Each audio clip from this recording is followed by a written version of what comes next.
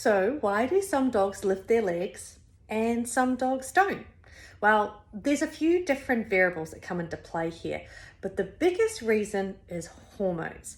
So, if you have a young male dog who is allowed to reach sexual maturity, which means you do not take away their hormones by early desexing, that means that often they will never get that urge to lift their leg.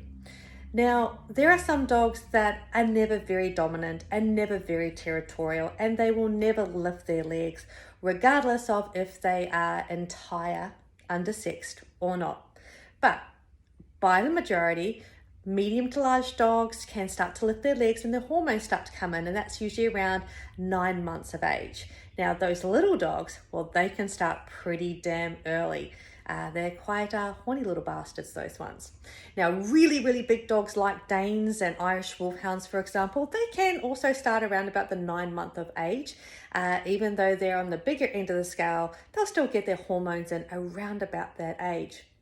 Now, what happens if your entire male or your desexed male who started to leg lift stops leg lifting? That could actually be a bit of a red flag that you need to speak to your vet about, because there could be some sort of pain involvement. We can often see this with older dogs or dogs with arthritis, dogs with some sort of neurology that is making it challenging for the dog to lift their leg. So if you saw a dog always lift its leg and now it's not, head to the vet. But if you have a young dog and you've decided to early sex, which is not the best choice, they're likely not going to lift their leg unless they've really got that drive to be territorial and dominant. And I don't like to use the word dominant.